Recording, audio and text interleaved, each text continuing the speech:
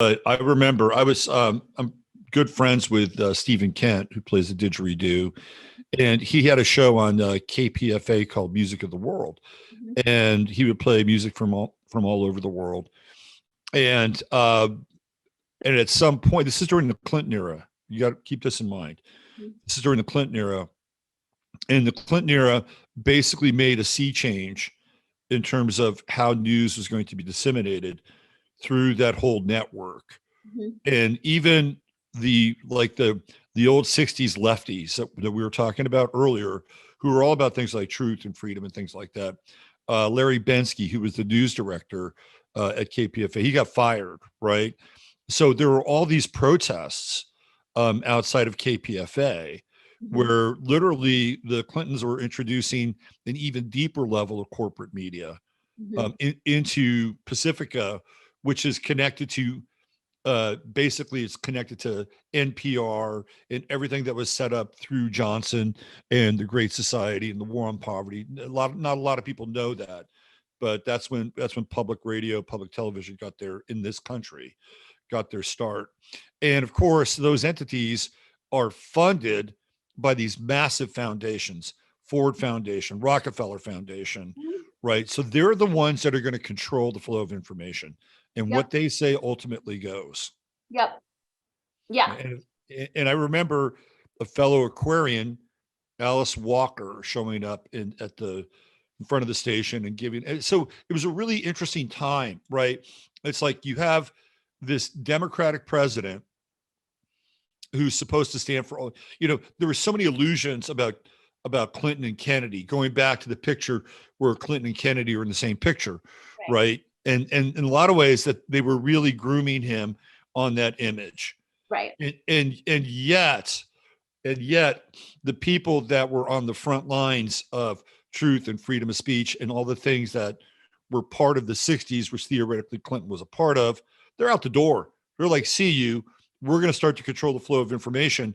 And we don't want you to talk about why North Korea was named as a member of the Axis of Evil. Right. Yeah. Right. Which was because Clinton welched on our treaty, but no, we can't talk about that. Right.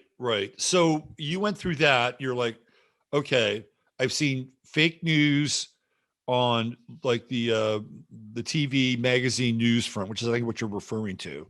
Right. And they got awards because they had the better publicist. Then you go into sort of the Pacifica world, and then you realize, well, shit, this is supposed to be real. And what are we seeing now? We're seeing more fake news, more lies, more illusion. Right. Then what? So there. Where do you go from there? Yeah. Well, and it was, I had strong emotional reactions being in both arenas. Like I remember being as a publicist and getting like this shitty Aaron Spelling show on the cover of a magazine.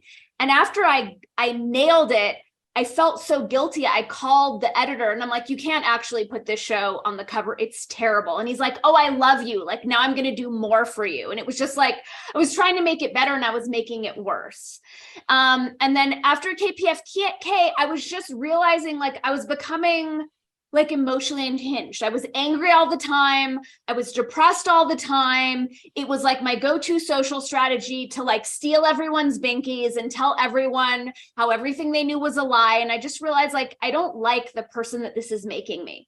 So I took a really big step away from hard news, realizing like, I don't think I have the constitution for this.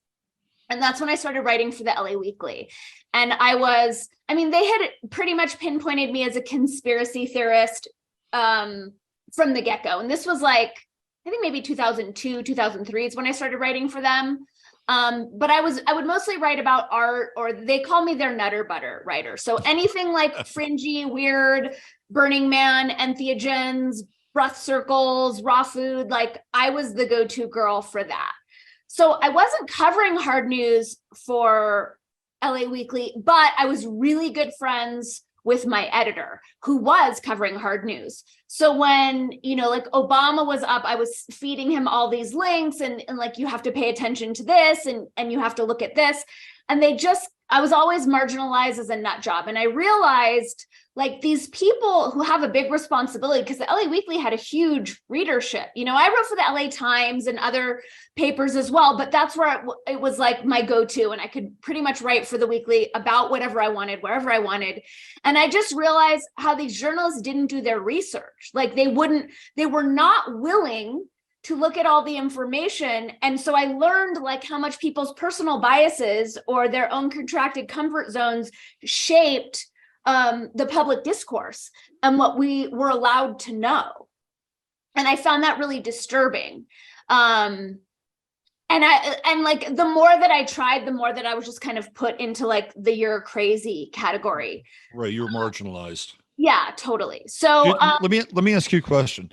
Did you feel like you were on an island at that time, or were there people that understood what you were experiencing and could empathize with what you were going through?